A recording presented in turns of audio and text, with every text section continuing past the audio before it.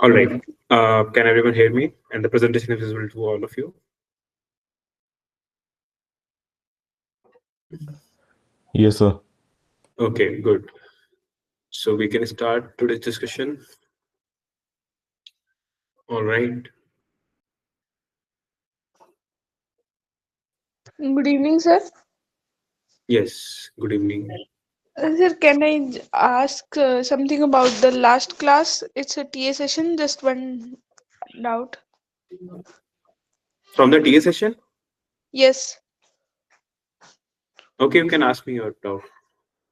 Okay, sir, yesterday session I didn't attend. Can you please tell what happened in the class? It's a questions or theory? The last No, class. yesterday's session I didn't take yesterday's session. Okay, I sir. didn't take I yesterday's thought session. I would Yeah, take. it was a Okay, TA session. Yeah. The thank you, sir. questions were solved in that class. Okay, thank you. Whoever said. Thank you.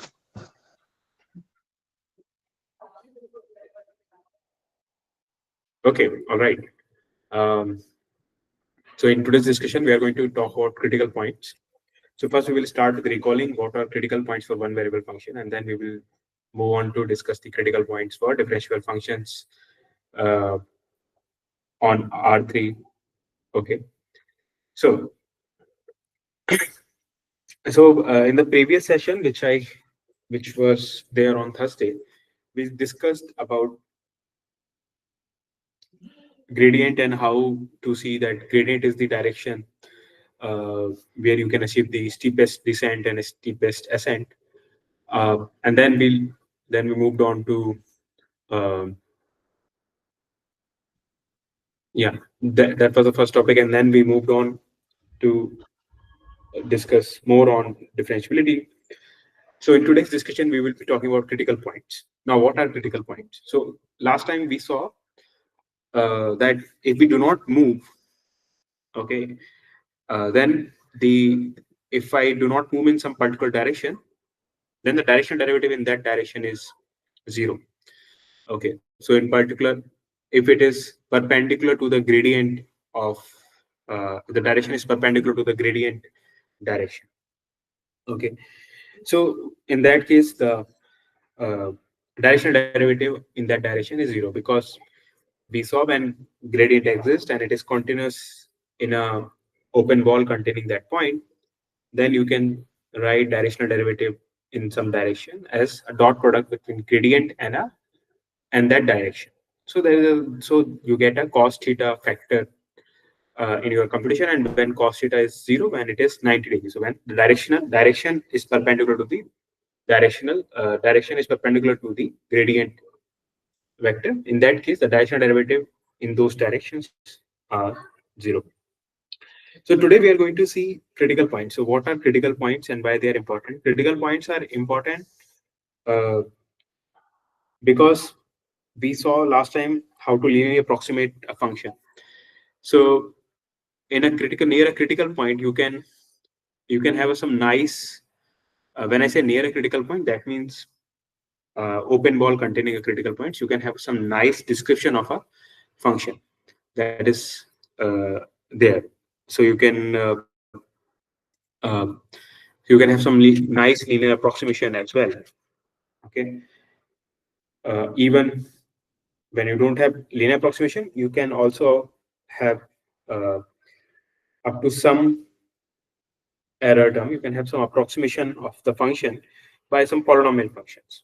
Okay, that is also good enough when you talk about uh, understanding the function's behavior in a open ball uh, around some point. Okay, so that those are good uh, behavior that you can always utilize. So critical points are important in that way. So let us first recall what are critical points for one variable. So for let's say you have a one variable real value function, that means your domain of the function is a subset of R. Okay, and because it is a real valued, we are only interested in the scalar valued or real valued function. So that codomain is always going to be a real number line. So suppose you have a function like this, then we say a point in your domain is a critical point if it is not differentiable at A or the differential of the function, the differential of the function at a is 0. So there are two conditions: either it is not differentiable, or the differential of the function at that point is 0. So let's take an example of a function. So let's take a function just defined from minus pi to pi to r, and this function is nothing but the cos sine function. Okay, sine of x. So this is the function that I defined. So if I draw the graph of this function, then what do I notice here is that where does this function, uh, what are the critical points of this function? So we know that this function is differentiable at each point. Okay, uh, so that we already know, assuming with that fact that it is differentiable throughout the domain. So now the only critical points that we can have where the function differential of the function is 0 at that point. And what are those points in particular in this graph? So if I differentiate this function, this one variable function, what will I get? I will get cos x. Okay, and where does cos x is 0? Cos x is 0 when x is equal to, so cos x is 0 when cos x is 0. So cos x is 0 when x is multiple of pi by 2, right? So some pi by 2 plus 2 pi k, something like this. Okay, or not 2 pi k, but just pi k. Okay, so then it will be 0. So what are the possible values if I look at my function which is sitting inside this domain? So domain is minus pi to pi. So what are the possible values of x to take its to be a critical point? What are the possible values of x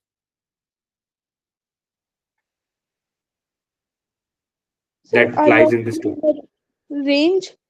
Are you asking range here? No, from the domain I'm asking. Critical points. Critical points are elements in domain. They are not Minus elements. pi by 2 and pi by 2. Yes, minus pi by 2 and pi by 2. Right. So precisely at this point and at this point. Okay. So if you look at, yeah. So let me,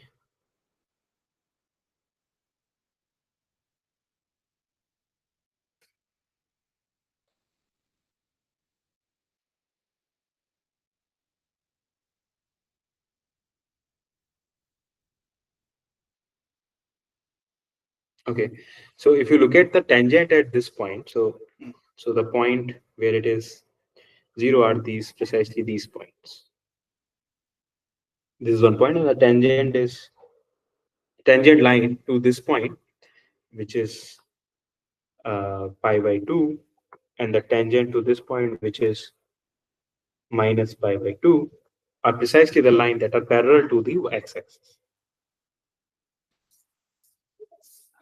Okay.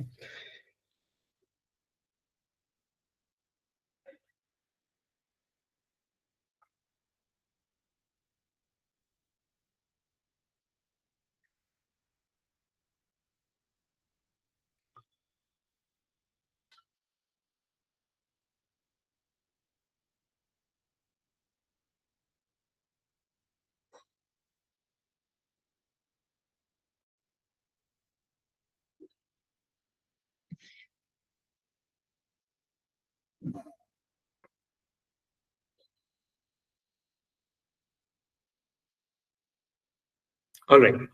So now let's see what do we mean by a critical this in the case of when you have function and your domain is in R2. Okay. So let's see that. So first, in this case, in the above example, the critical points are precisely pi by 2 and minus pi by 2. Okay. As we noticed earlier. And note that pi by 2 and minus pi by 2 are local extremum points. So what do we mean by that local extremum points? At these two values, pi by 2, if you look at the value at pi by 2, you see that sine x attains the maximum. Okay, so it is one of the extreme value that it achieves. Similarly, at minus pi by 2, it is lowest. So it is one of the so it is the lowest value. It is the lowest extreme value it achieves at minus pi by 2. So pi by 2 and minus pi by 2 are the local extreme points. And why do I say local? Because I'm only looking at some certain domain. I'm not looking at my function on all of R. So I'm looking at some certain part of it. That's why it is local. Local in that sense, it is only in this domain it achieves these two extremes. Okay, 1 and -1. So 1 and -1 are the extreme values that sine x can achieve, and minus pi by 2 and pi by 2 are these are the 2 points where it achieves those extreme values. Okay, so these extreme value can be minimum, can be a maximum. Okay, so right, so pi by 2 and minus pi by 2 are the two local extremum points. In particular, at pi by 2 it is 1, and at minus pi by 2 it is -1. All right, now we have noticed that uh, these were the extremum points, and we have noticed that every extremum point is a critical point. Okay, so this is for one dimensional, for one variable case. This is the case. Whenever you have an extremum point, that has to be a critical point. Okay, so you can see a simple graph function like this. So whenever your function has a graph like this, if you try to draw the graph of function, your function is going like this. So if it hits somewhere, then it will come back. Okay, so if it hits some height, then it will come back. Or if it is going like this to the end, then you will not be able to find out. Uh, so you will hit some rough patch, or you will not hit the end. Okay, so in that case, uh, you may not have some extreme value if it is keep on going. But if it is going to some height and then coming back, then you will come back. So that comeback will give you some slope zero case. Okay, why does it happen? Because if you are rising, if you are, let's say, if you are accent, if you are going in the direction of x, you are then you are the slope. What is the slope? The slope is precisely the first derivative of your function at this point. So it is keep on. What is happening to the slope? Can anyone guess? It is the slope is the slope. Decreasing. Yeah, no, it is slope is decreasing, right? Yes. Slope is decreasing, right?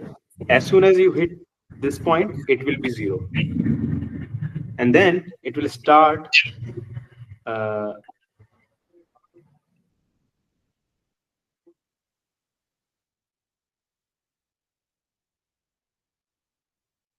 It will start decreasing again because slope is now negative. yeah, yeah. So no, so you said yeah, right. So what was the case when? So it was decreasing, and it hit zero, right?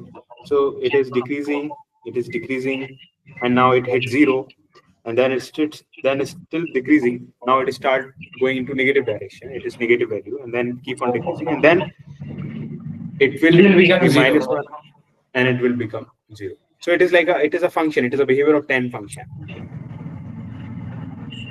So so you can notice here that because it is keep on decreasing, so whenever it hits the extremum. So what was this extreme value? Locally, if I look at local extremum, so if I look at just this domain, if I'm not looking up, it is a local extreme point. It achieves the extreme value locally in this domain. So it is going to be a critical point because it is hitting zero. The first derivative is hitting zero. So that is why it's a critical point. Similarly for this point as well. So, sir, parallel to Locally, x-axis. yes, parallel to x-axis. So this is what happens. So every extreme point is a critical point in one variable case. When you have a function from some domain in R to R, some domain from in R to R. Okay. In that case, every extreme point is a critical point. But this property does not hold when you go in higher dimension. Okay. What do I mean by that? So this property that every extremum point is a critical point, that need not to be true when you go when your domain is a subset of some Rn where n is strictly greater than 1. Okay, for this. So this case might not be true. So extremum points can be some other points which are not critical points.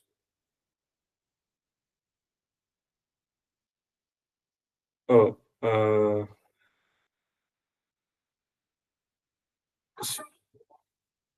Yeah. wait. Yeah. No, no, sorry. What I meant here is that extremum points. Uh, yeah. So what I meant here is that not every critical point will be an extremum point. I'm sorry. Let me rectify myself. Uh, yeah. So what I meant here is that not every critical point will be an extremum point. Sorry. Okay. What do I mean by extremum points? That a function is achieving maximum or a minimum. Okay. But there can be critical points in higher dimension, which where you are not even achieving a maximum or a minimum.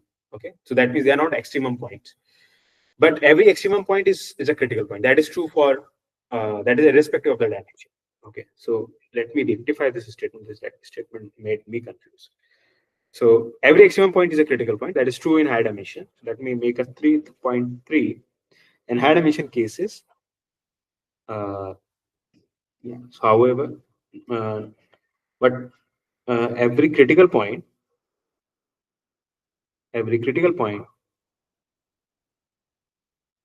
uh, especially in high dimension, every critical point of a function f from D in Rn to R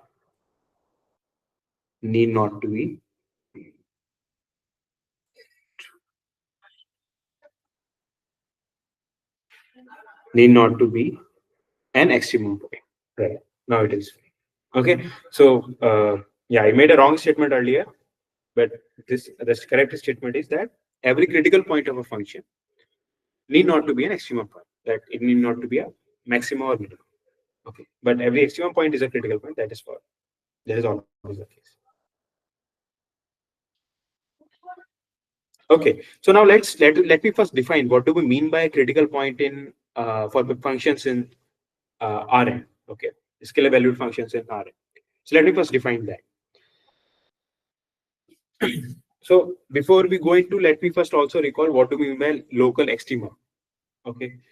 So let's say you have a function from D, which is subset uh, to subset of Rn to R, and suppose you take a point A in D. Okay. So because D is a subset of Rn, An is a vector. Okay. It has n coordinates. So it is a point in D. That's why I'm denoting it with A tilde.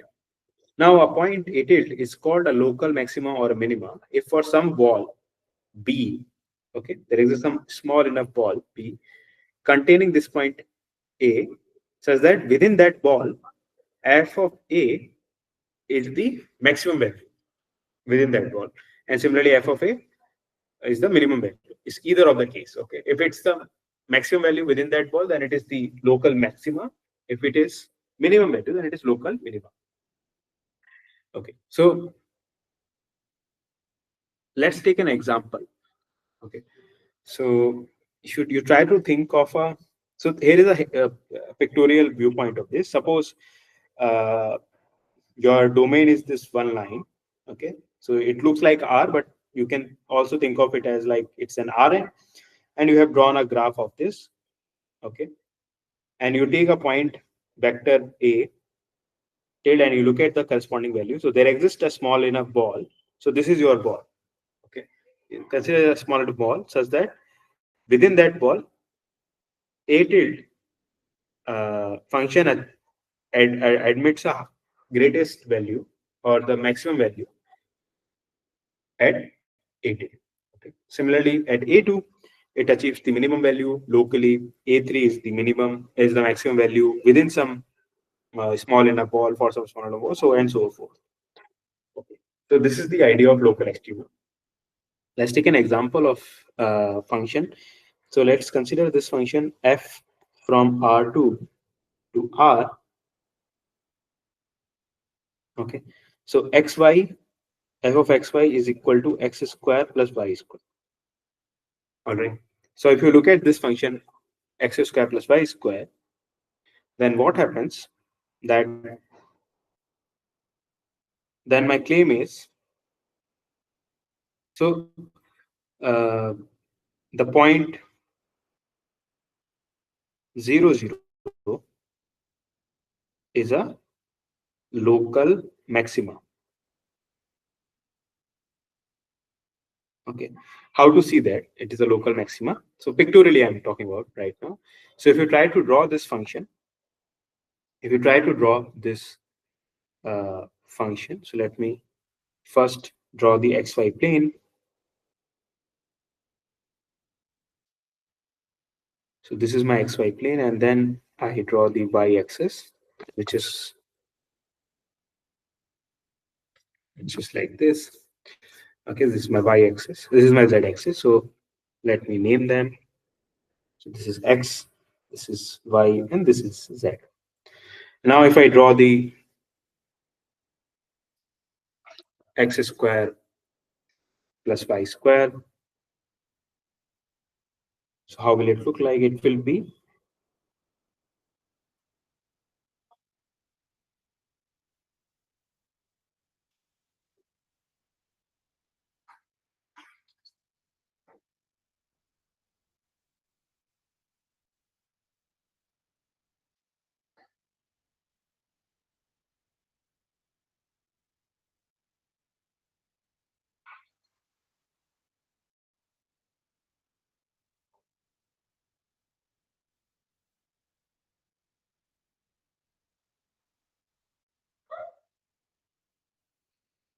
okay. So I hope this picture makes sense.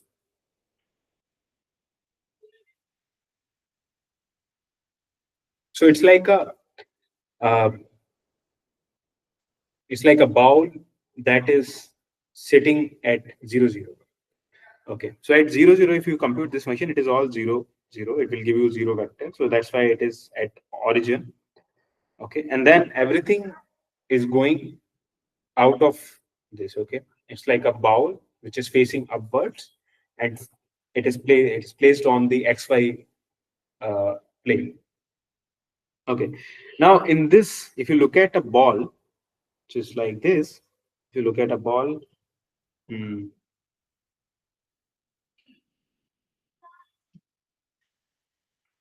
on xy plane, let's say this is a ball. So what do we mean by ball? So this ball B is centered at, it is a disk that is centered at x minus 0 plus y minus 0 and of some radius, let's say 1. Okay, so it's a unit ball. So what do we mean by that? It is a ball which is centered at origin. So it is a disk that is centered at origin. I can explain this theorem once again. Uh, The fact you described, I did not get it at all. Can you please no, explain? no, I'm not talking about this fact as of now. I'm talking about this local extrema. I'm not talking about the theorem as of now. Is it okay? No, sir. Can you please explain? No, no, I'm not explaining No, this not fact that right now. theory. The concept you are talking right. Yeah, so I'm talking about I'm giving an example of a local maxima. Okay. Okay. Sorry. So in this case, it will be local minima. I have written it wrong. So it is a local minima. Yeah. Okay. So I'm giving an example of a local minima. Okay. So basically, I'm giving an example of a local extrema. So extrema could be a minima or a maximum. So if you look at this particular example and you consider a ball, so it needs to, so everything, every value of the function on this ball should be lesser, should admit a minimum at 0, 0. Okay, every value in this ball, uh, value of the function on a point which is in this ball must be larger than whatever you have on this. So it is easy to see here because, okay, so this ball is basically less than or equal to 1. Okay, so everything, so any point here is going to satisfy this ball. So now if you look at the value here, so obviously x square plus y square is more than 1. And this is obviously everything is going to be larger than 0. Okay, so that means what? The value of The the blue function, region. sorry? The blue region in the 2D plane. Yes, yes, in the 2D region. Yeah. Yes. Okay. So every value of for every value of xy in R2, okay, for every value of xy in B, this is satisfied. Okay, because every point is actually, because it is summing up. You are squaring x square plus y square. X square plus y square is always positive, or it is 0. It is 0 only when it is at f equal to 0, 0. So f equal to, so at 0, 0, it attains the minima that you can see. So that's why 0, 0 is a local minima. Uh, 0, 0 is a local minima of this function. Okay, Okay, sir. right? This makes sense, Yes. right? So, so this is local minima. Now, how to detect these local minimas, local extreme points? Okay, so in the case of one variable, to detect these local minima, we identified the property of the derivative, that that at local minima, sorry, local extreme points, your derivative goes to 0. Derivative of the function is 0, right? Because you are walking along some path and it is increasing, it is decreasing, and then uh, it hits the minimum, which is, it hits the 0, and then it again start increasing and then further decrease. Something like this happens. Okay, so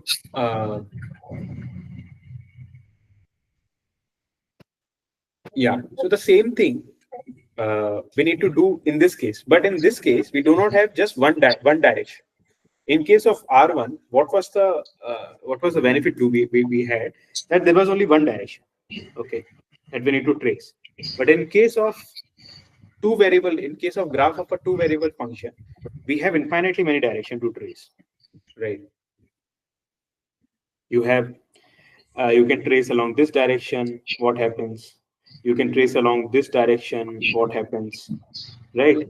You can trace along this direction, what happens? So there are infinite many direction, and but how to capture this idea of these many directions by just a simple tool? Okay, so what do we have in our hand? We know the gradient of a function. Okay, gradient of a function, how do we define?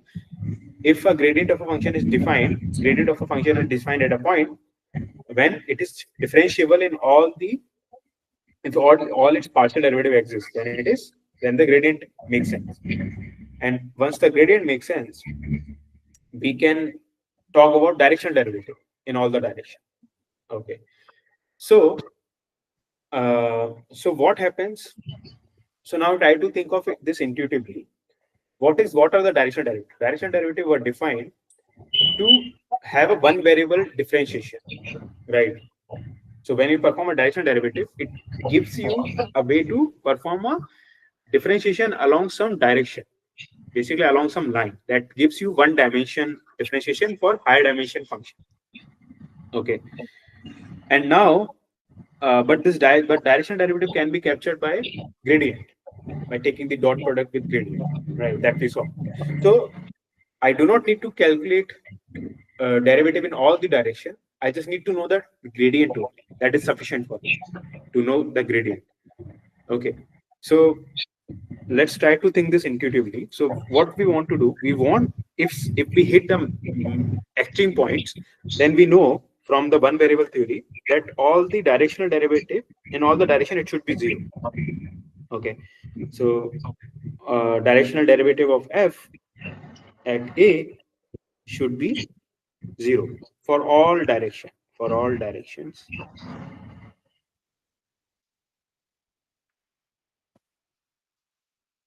Okay. And how do we know, how do we calculate directional derivative? We calculate directional derivative by taking the gradient of a function at that point with the direction. So we know that because direction is non-zero vector, okay, it's not a zero vector, its direction is a non-zero vector. So what should be the zero? The gradient should be zero. Okay. So this is what I started with, that A is a local extrema. Then it should be zero, or in all the direction, the directional derivative should be zero. And because directional derivative can be calculated using the gradient, so this implies that directional derivative has to be, sorry, the gradient has to be zero at A. Okay. So Sir, can you explain the gradient a bit? gradient we have discussed last time, right?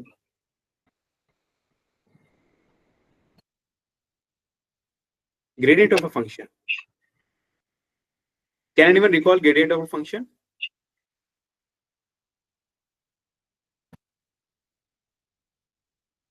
How do we calculate gradient of a function? Can anyone recall that? It is a vector containing partial derivative of x and y. Yes.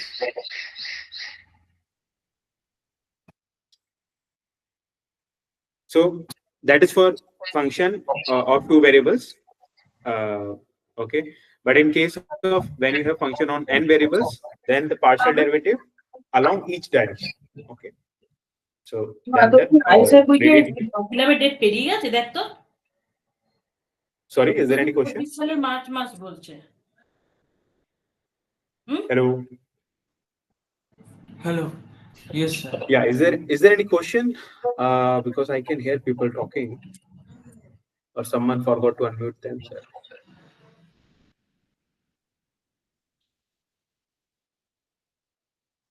No, sir, it is okay right now. Okay.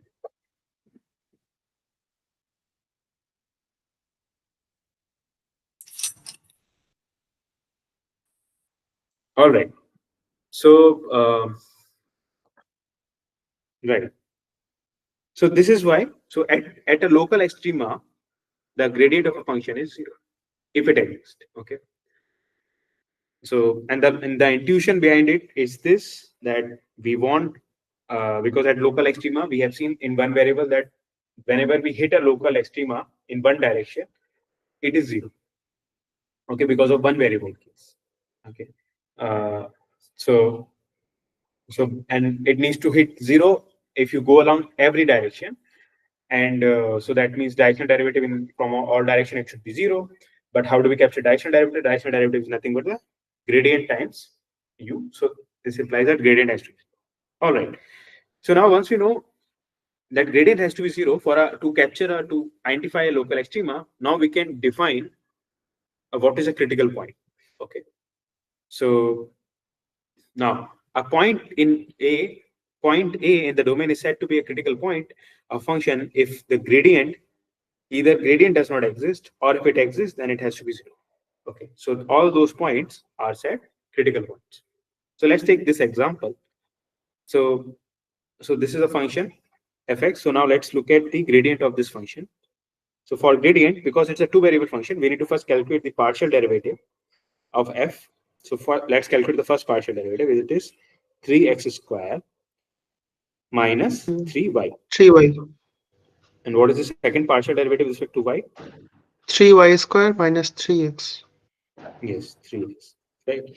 Now this is the partial derivative. Now we need to find out the partial derivative exists. That means the gradient also exists.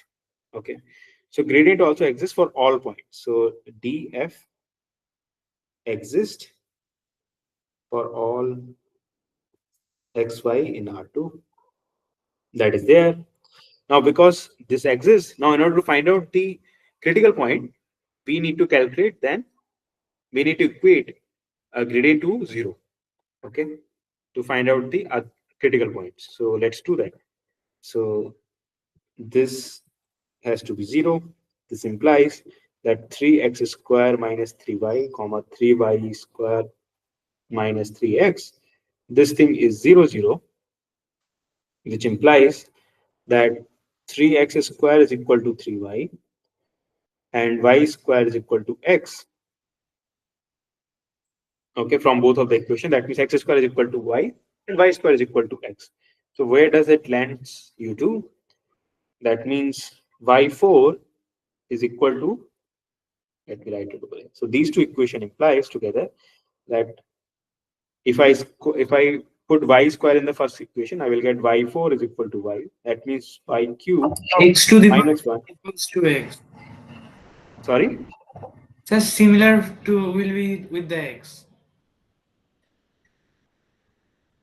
Yeah. So I will get either y is equal to 0 or y cube is equal to 1. That means y is equal to either 1 or y is equal to 0. So let's take both of the cases. If so, these two things are satisfied. When y is equal to 0, then I will get what is my first point when y is equal to 0. If y is equal to 0, then x is also equal to 0. And if y is equal to 1, then x is also equal to 1. So my critical points are 0, 0 and 1, 1. Okay. All right. So these are my two critical points.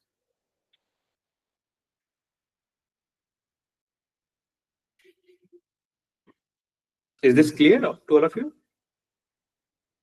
Yes, sir. Yes, sir. All right. Good. Now, as I mentioned earlier, that not every critical point is a local extrema or a local maxima. So, what is an example? So let's talk about an example of a function. So if you consider this function minus x square plus y square, then the first partial derivative is minus 2x. Partial derivative with respect to y is 2y. So this means that the gradient exists. So gradient vector exists for all points, and it is minus 2x and 2y. Now, what is the critical point? Because it exists for all points, so we need to find out the critical point, we need to equate it to 0. So after equating to 0, we'll get that 0, 0 is the only critical point of this function. Now we can see here in this example that 0, 0 is neither a critical point. Sorry, 0, 0 is neither a maxima or a minima. That means it is neither a it is not a extrema point. Extrema. Okay. So for that, suppose we assume by going one by one. Suppose if it is a maximum, then what should happen? I must be able to find out a ball around origin that I did in the previous case, like this. Must be able to find out a ball. So I must be able to find out a ball where if I take any point, then it should be within that ball. The value of the function at 0, 0 should be maximum to all other values in that ball.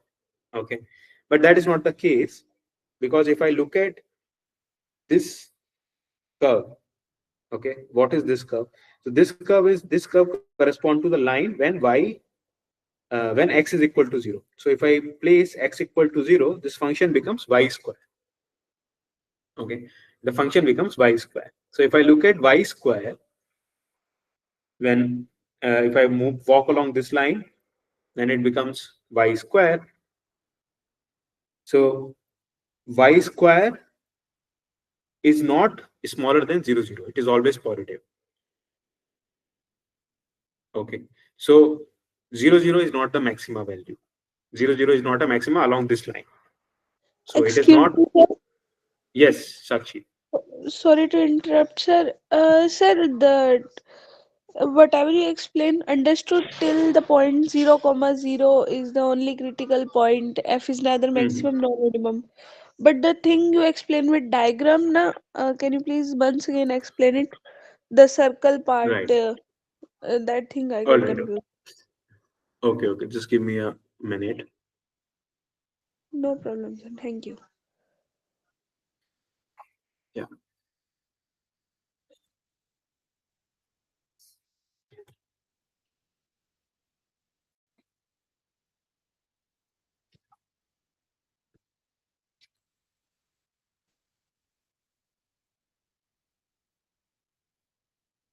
Okay, so I'm going to show you um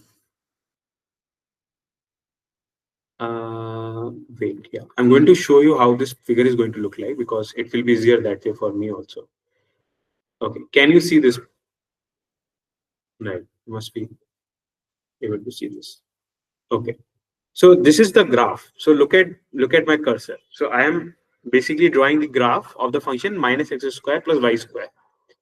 Okay, so this is how it looks like. This is how it looks like. So right. So now my claim is that 0 0 is the critical point. Okay, this 0 0. So this base, the which is the span of this red axis and y axis. If you look at this is the plane. Okay, this is my x axis, this is y axis. Green is the y axis, red is the x axis. Okay, you can see the coordinates over here as well. Okay, so at 0 0, it is 0. So what I'm saying is that 0 0 is not the extrema. Okay, that means you cannot find out a ball. Okay, so let me draw the ball as well. X square plus y square equal to 1 and z equal to 0.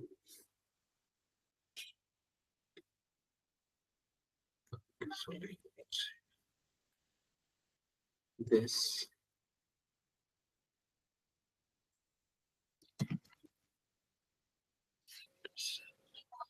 Sir, Yeah, sir, you use the word bowl. Does you mean that you are not that 0 0 is not the minimum or not the maximum and not the point? it means 0 0 is neither a minimum or a maximum. Okay, okay. By the ball you are trying to representing that with diagram, na? Just a second. Yeah, so you look at this green Okay. color ball, right? Okay, so let me. I've drawn a circle instead of a ball.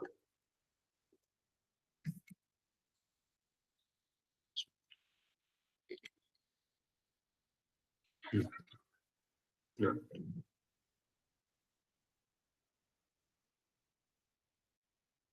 Right. So that is so anything that is within. So anything that is within this circle, blue circle. Okay. So suppose we start with the assumption that 0 0 is the minimum. Okay. This point 0 0 is the minimum. Now, if it is a minima, then it should be minimum. Uh, it should be lesser than every value. It should be lesser than every value that it takes within this ball. Okay. But as you see, if you walk along this path, okay, what path? If you walk along x-axis, then you see there are values. Okay, can you see that there are values which are lesser than 0? If you walk along this x-axis, then you can see then there are values which are less than 0. Yes. Because it Okay. is because y is 0. If you look at the equation, then because y is 0, so it is just minus x square. So minus x square is going to be less than 0. Okay, so that's what you can see in the figure as well. So it is less than 0. So it is not the minima. Okay, similarly it is not the maxima also, because if you walk along the same if you walk along this axis, what axis? If you walk along y axis, the green axis, then you can see that there are values which are higher than 0. Okay, within the ball, within the green circle, within the blue circle, there are values which are higher than which is bigger than 0, but it is in the blue circle. So again, it is not the maximum. Okay, so that is what I was trying to explain. So such points, but 0, 0 is a critical point. Okay, that we have seen, but it's neither a maximum nor a minimum. All right.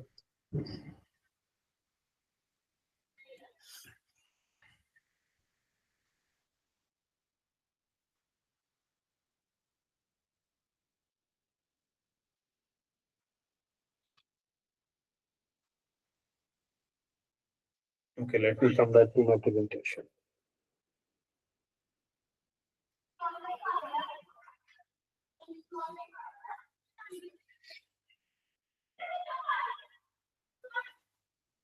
All right. So yeah, so this is explained to you now. So such points are called saddle points.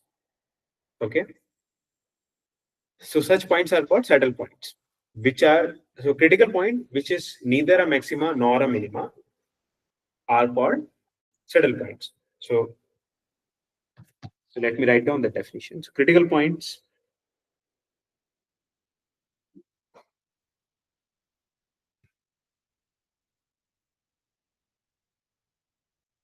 of a function f from T Rn to R are called saddle points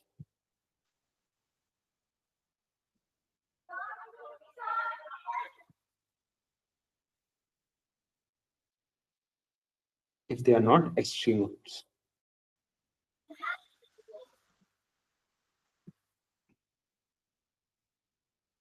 Okay, extrema means minima or maxima, both. So right. So now what we have seen now that a critical point is either a extrema point or a saddle point. Okay. So whenever you have a function, then a critical point is either a extremum or a saddle point.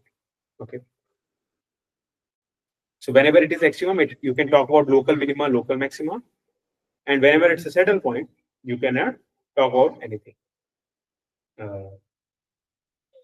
with that. So in the next week, we will be discussing to find out how to find out an point, how to find out whether whether a critical point is a maxima, minima, or a saddle point. Okay. So in the next week discussion, we will find out about those things. But for today's week discussion is to introduce these extreme or minimum point. Now, why are these extremum points important? Okay, you may ask that.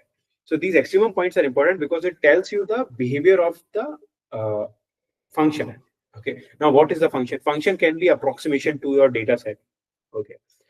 Or whenever you have a function, you want to find out how does this data behave, say where it is going to achieve its maximum value, where it is going to achieve its minimum value. So that's then the minimum and maxima becomes important because when you know what is the minima, what is the maxima, so you know locally this is the range the function is behaving, or this is the range your data is behaving. Okay, it is not going anything higher than that or anything lower than that. So that helps you to design or work on your data or to understand your data more better than before. That's why these extremum becomes important to study. All right. And the saddle points are the one.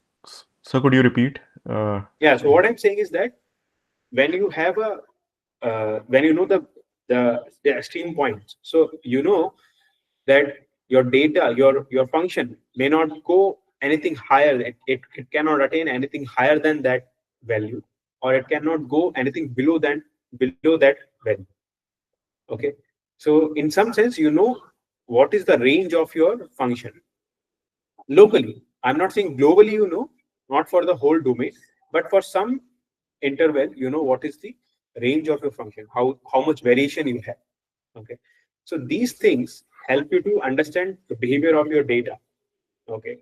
When you approximate by a function, when you approximate by a graph of something, these things help you to deal with that, to understand your behavior of your data. Okay. And also So that's why these theory becomes important to understand what are the extremum, what are the, how to find out those extreme values.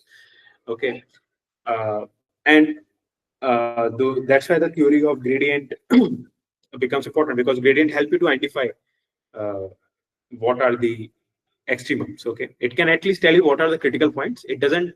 Then you need to further go into the test, which we're going to see in the next field. That how to identify that whether a critical point is a saddle point or axiom point. Okay, a point of our interest or not. So then it further simplifies your study of axiom. So that's why all these things becomes important. So it may seem more theoretical to you, but it has applications also. Yeah. Um, right.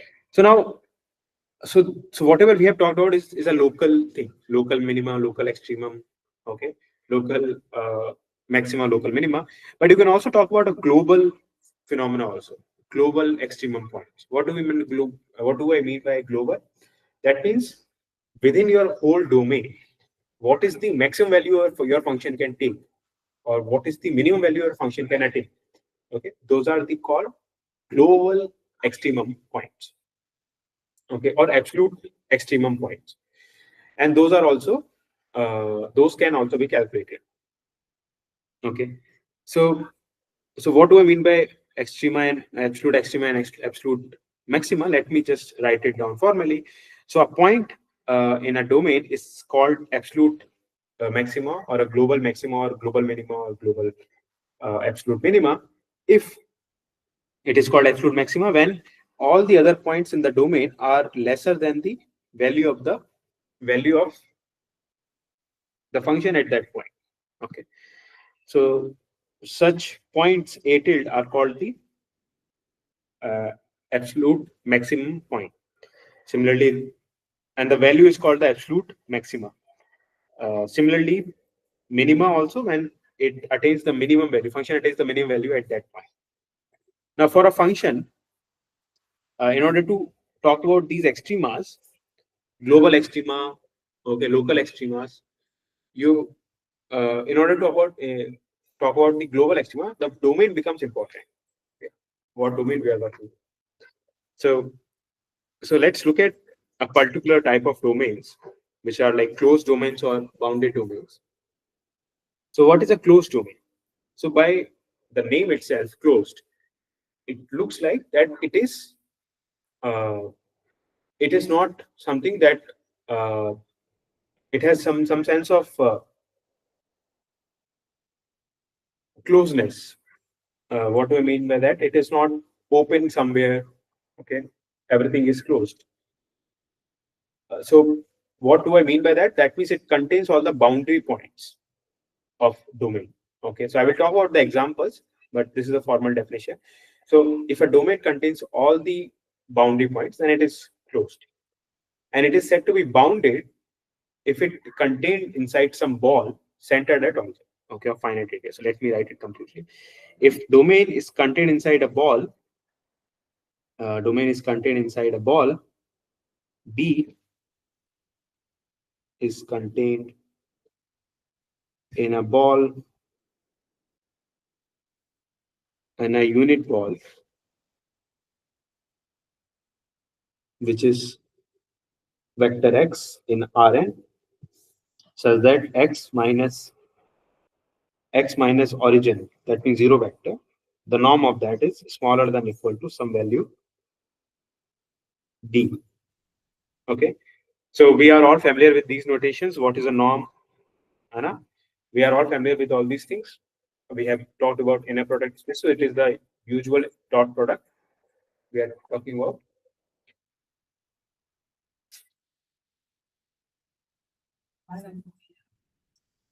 Okay, so D is contained in a unit ball B. Okay, centered at origin. So where D is finite, so D is finite, and such domains are called bounded. So now let's see what are the examples of these closed and bounded domains. Now, why we are interested in these closed and bounded domain? Let me also tell you upfront.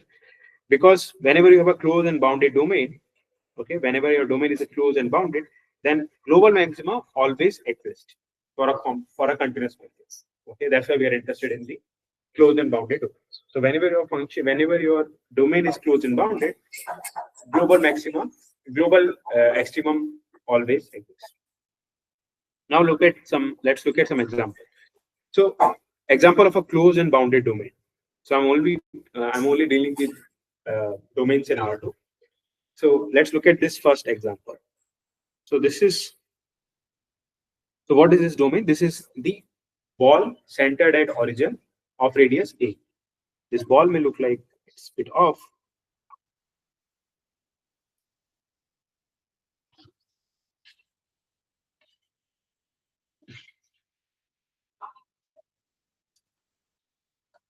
Yeah.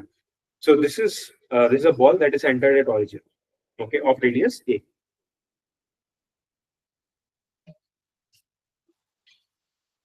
So this is a radius ball centered at origin. So this is an example of a closed and bounded domain. Why? Because the boundary of this disk is also included in the domain. And second thing, this can also be contained inside some ball. Okay, you can think of the ball of radius A itself that contains this ball also, or anything which is larger than A. Any A naught will contain this ball. So D1 is contained inside a ball of radius A naught centered at 0, and ball of radius A. Okay. So that is there. So it is bounded also and it is closed. Is that clear to everyone? Yes, sir. Okay. Now let's look at another example. So suppose you have x and y axis.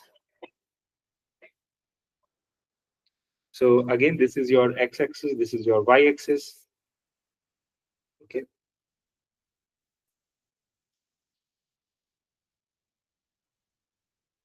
This is your x-axis, this is your y-axis. And then you define your domain to be the one which is below y equal to 2 line and which is above this parabola. What is the parabola? Parabola is this x square is equal to y. Okay.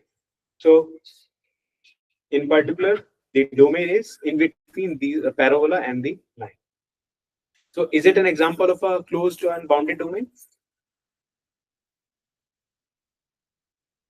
So we need to see whether does it include the boundary. So yes, boundary is included within this.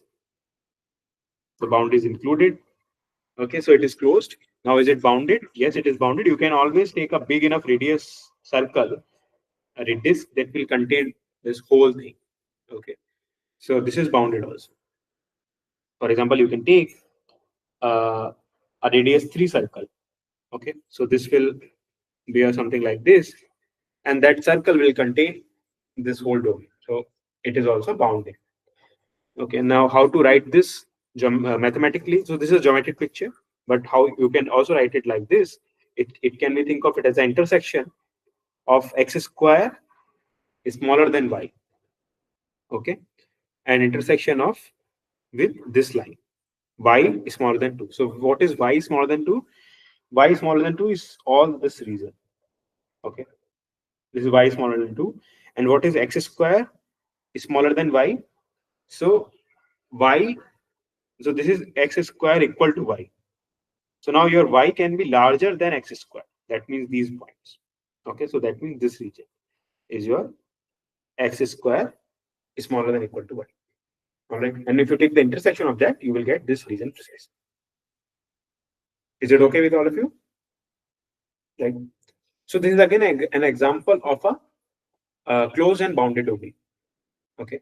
Now in these two examples, D1 and D2, if you have a continuous function defined on these two domains, then it will have maximum, absolute maximums. Okay. Now let's look at this example. So this is example number 3. Now this is an example which is a bounded domain, but it is not closed. So if you try to picture this, okay, so if you try to picture this, what will you get?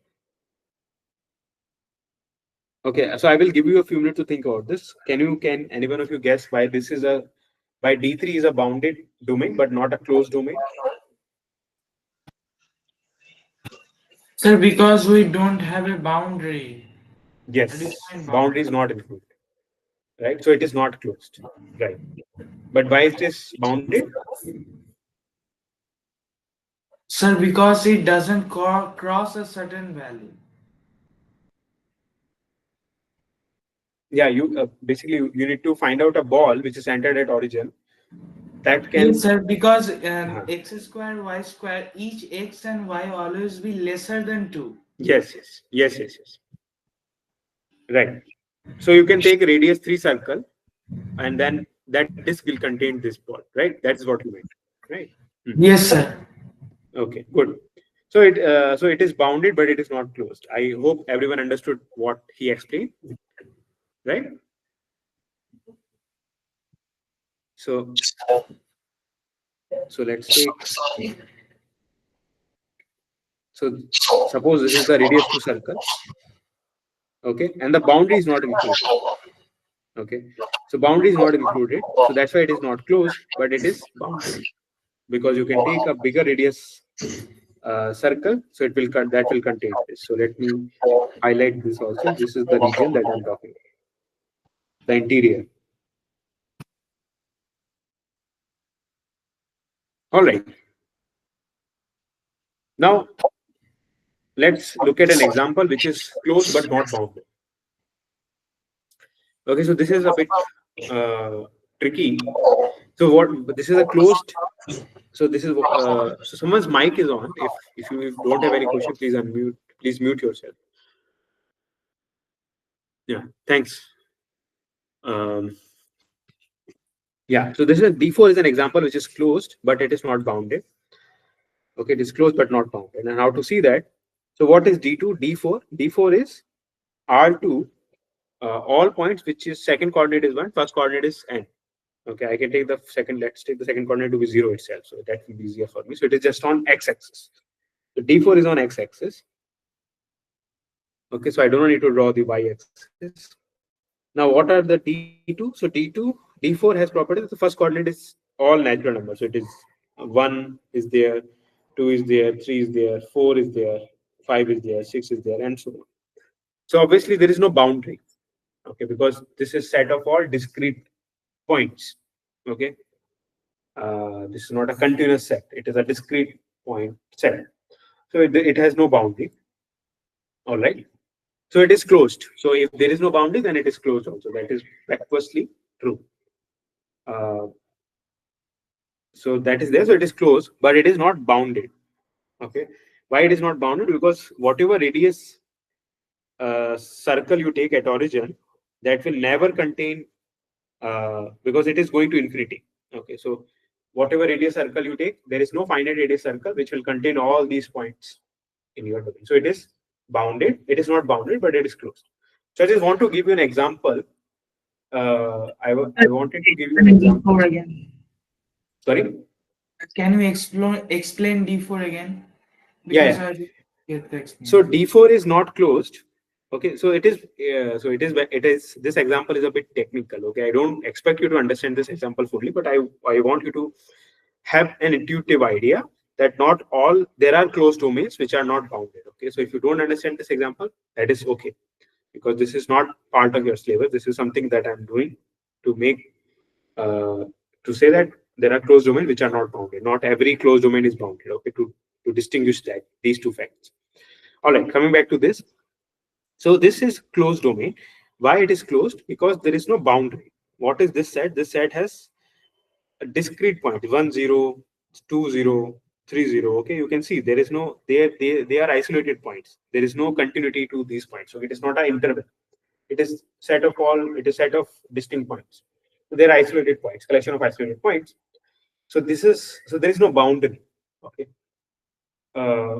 Whatever intuitive idea you have about boundary, so there is no boundary. Okay, use that. So there is no boundary. So it is closed because if there is no boundary point, then by definition it is closed. Okay. If there is a boundary point, that should be included inside your domain. But if there is no boundary, then it is closed by definition. Okay, so Does here countably infinite and uncountably infinite this concept apply here? you don't need to go into that. You don't need to go into that. Okay. So, but what I'm saying, it is not bounded. Is it clear that it is not bounded to all of you? I am saying since we count the integers, but Hmm. they goes to infinity, Yes. so that's why we say it is bound, it is closed but not bounded. If it were real numbers, then what will happen if n belongs to real number? Then also it is closed, but it is not bounded. Okay, okay, so that is kind of theorem. No, there is no. That's not a theorem. That's uh, this is not a theorem. It is not bounded. That's by definition of bounded. Okay, let's It's not take it as bounded. a fact. You can take it as a pet. You can take R itself. R is a closed. Uh, yeah. So R is a closed set because there is no boundary of R, but it is not bounded. You cannot bound R. Okay, by some finite radius ball. That is what uh, it means. All right. So we have seen examples of domains which are closed but not bounded, bounded but not closed. And whenever you have a domain which is closed and bounded, then you can always find out global maxima or global minima. So where do we find out those global maxima and minima? Okay. So global maxima and minima are in particular local maxima or local minima, or they are on the boundary, unless they are on the boundary. So either they are in the interior, okay, which is so what is interior, which is not on the boundary, is called the interior. So whatever except the boundary is the interior. Okay, inside of your domain. Interior means inside of your domain. Boundary means you are at the boundary. Okay, one step other way you will be outside your domain. One step back, you are inside your domain. On the boundary, you are at the edge of your domain. Think of like that. So yeah, so where do you find critical points? So critical points either lie on the boundary, okay, or inside the domain or in the interior. So for interiors, so how do we find critical points? So there are these ways. So inside the interior, inside the interior, that's the way we have already seen. We calculate the gradient of the function, equate it to 0. We will get the critical points inside the domain. Second is on the boundary of D. Okay. So on the boundary of D, so what is the boundary of, for example, in this graph, what is the boundary? So this is the boundary. This y is equal to minus x square axis and this line. Okay, this segment. So this is the boundary. On this boundary also, there are corner points. So what are those corner points? These are the corner points. Okay, minus 2, comma minus 4, 2, comma minus 4. These are the corner points. So at corner points will be your critical points. You will find out critical points on the boundary, okay, and you will find out critical points on the interior. So let's take an example with this domain itself. Suppose you have a function defined on this domain D, and let's take your function fx pi to be just some x cube plus y square. Okay, I do not know what are the critical points, but let's see, it is defined on this domain. So let's look at the domain. So it is function f is defined on D to R. That is clear. Okay, so now let's find out on the interior. So in the interior, so first let us calculate the partial derivatives. So it is 3x square to y, sorry, 3x square, and df to y is 2y, right? This is a partial derivative. So partial derivative exists on all of domain. That is clear. So the gradient exists. Gradient makes sense. So we will only have critical points in the interior when this gradient is equal to 0. So let's equate it to 0. 0 means 0 vector. So 3x square 2y equated to 0 comma 0. You will get x to be 0, y to be 0. Now check, does x equal to 0, y equal to 0 is in the interior itself? Is it even part of your domain? Is it there in the domain? It's not in the interior, right? Anyone?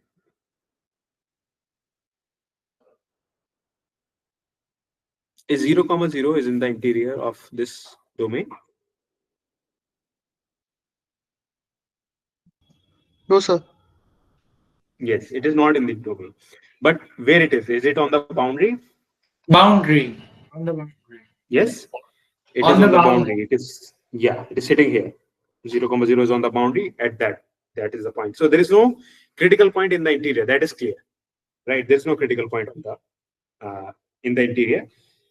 Now let's look at on the boundary. So now on the boundary, we need to look at on the boundary and on at the corner point. So corner points are always the critical points. So you just evaluate your function on the critical on the corners. So that we will do. And on the boundary, we have obtained 0 comma 0 is the critical point. So on the corners, so corners, what are the corners? Corners are precisely -2 comma -4, 2 comma -4. So what are the values of function? -2 comma -4 and 2 comma -4. So it is x cube plus y square. So it is -2 cube plus y square. That is 8 plus 16. That is 20. 24, right? It is 2 cube minus 4, sorry, -8. What I have done, -8 plus this, so it is 8. Yeah, and this will be 24. It is 8 plus 16, that is 24. All right. So, right now, what was the value of this critical point 0, 0? The value at this critical point was actually of the function. So at 0, 0, so at f0, 0, the value of the function was 0. Okay. Now, are there any other critical point? So, we can also look at the boundary once and check. So on the boundary, if I look at this part of the boundary, then my function is, then I have to replace y is equal to -x square. Okay. So y is equal to -x square in this equation. So on this, on y is equal to -x square, what I will get, my function fxy, which is x cube plus y square, becomes x cube plus x4. That means a function of x only. Right. Right. Now let's do the, now which is a one variable function. What are the critical points? I just need to evaluate at 0. You will get 3x square plus 4x cube equal to 0. Now what are the critical points? So let's see. It is x square that will come out. It is 3 plus 4x equal to 0. So x is equal to 0 is the one thing, one solution. Other solution is x is equal to -4 by 3. Okay. So now when x is equal to -4 by 3, what will be your y? Y is -x square. That means -16 by 9. X So is equal to -3 by 4. yes, thanks. So it is -9 by 16, right? Now, the critical point that I got on this boundary component are precisely 0, comma 0, that we already knew. And other one is this -3 by 4, -19 by 16. Now, let's check whether -3 by 4, comma -9 by 16 is even in the domain.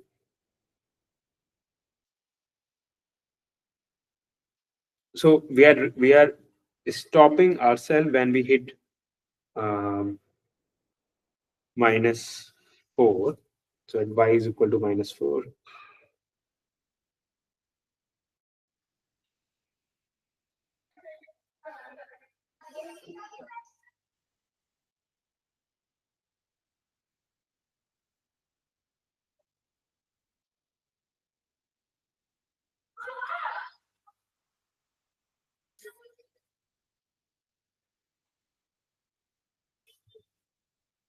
Yes, so this point is in the boundary.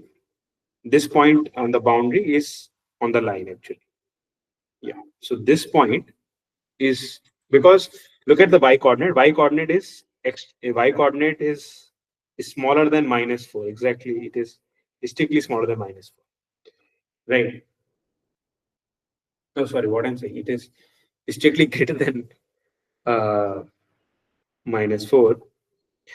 But what I meant is -9/16 strictly greater than -4. But what I meant is that it is -64. So what I meant is there is that it will be in the it is in the uh, yeah. So this point, so I will have somewhere here, right, like that. So it is 3/4 minus 9/60. All right. So that is also one of the solution. So I also need to find out the value at this point, this critical point. So let's see what is the value. You can calculate that. Now on the other boundary component, what is the remaining boundary component? The remaining boundary component is this line, which is y is equal to -4. So on y is equal to -4, let's calculate. So it is function, your function will become x cube plus y square, that is x cube plus 16. And if you, so it is nothing but a single variable function fx. So if you take the if you do the differentiation and equate it to 0, you will get 3x square equal to 0. That means x equal to 0, and y is -4. So what is your critical point? This is also your one of your critical points, 0, -4. So you have 5 critical points, and you can calculate the values at each critical point, and then you can tell which one is the local maxima or minima, okay, of this domain. So we have already figured out 8 and 24 and 0, 3 values. I just need to calculate these 2 values. So let's see. It is -3/4 cube plus -9/16 square. What do we get here? It is 9/16 plus 81/60. It is what I can do. I can take 3/4 common. So it is 9/16 that I can take 12 common. So it is 1. It is -1 plus, and then 3/4. 9/16 will be here. So it is then 16 minus 9, that is 7/16. So it is 9 times 7/16 square. Okay, so obviously this value is much lesser uh, than the other values. Okay, and it is positive. So that's one thing we know. Now let's calculate your function value at this point. So it is 0 cube plus -4 square. So you will get 16. Okay. So now what are the values that you have obtained? You have 5 values: 0, 0, which is 0, then 0, -4, which is 16, then -3/4, -9/16. You had something 63/16 square, and then you have, and let me just write it down. So then you have f -1 and f -2 -4, and then -2 -4. At this we had 24, at this we had 8. Okay, so now where do you get the maxima and minima? Global maxima, what is the global maxima of the function? So these are the points, and these are the value of points. Okay, so I get this table. Now, what is the maximum? What is the minimum? Can anyone tell me?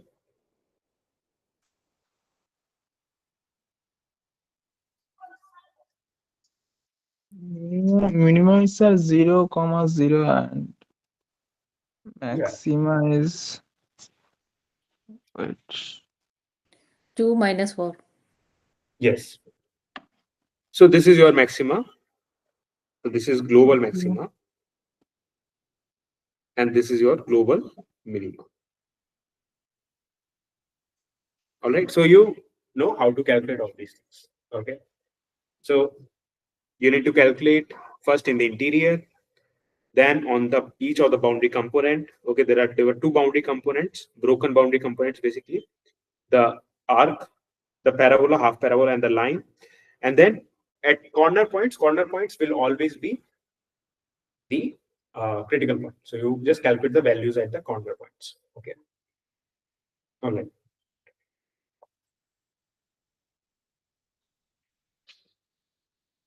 Okay, so we stop today's discussion at this point. If you have any question, you may ask. In such cases, we have to draw the figure. Yes. Yes.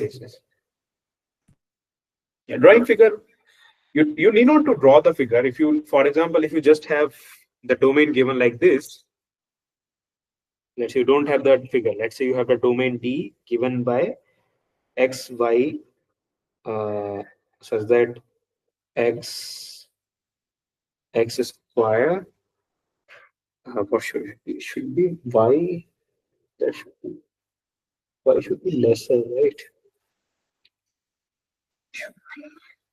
Yeah, something like this. Y smaller than x square, intersection with y is equal to -4. Okay, y is equal to -4. Yeah. Suppose you have given this, so you can, there are two lines. Okay, there are two components. One first component, second component. So what is the boundary of this? Boundary is actually this. What's the boundary? Yeah.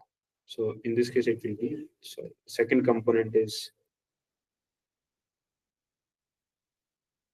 yeah, this is the second component.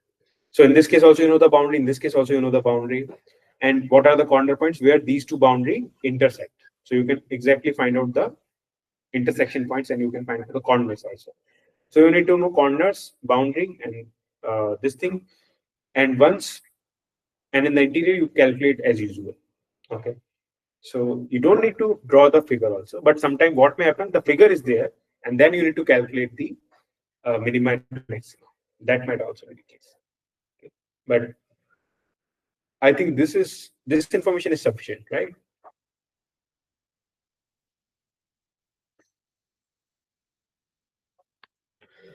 That will be given along with the question. Yeah, I think so. Both should be given. Maybe the figure might not be there, but this expression will be there. Okay, the domain expression.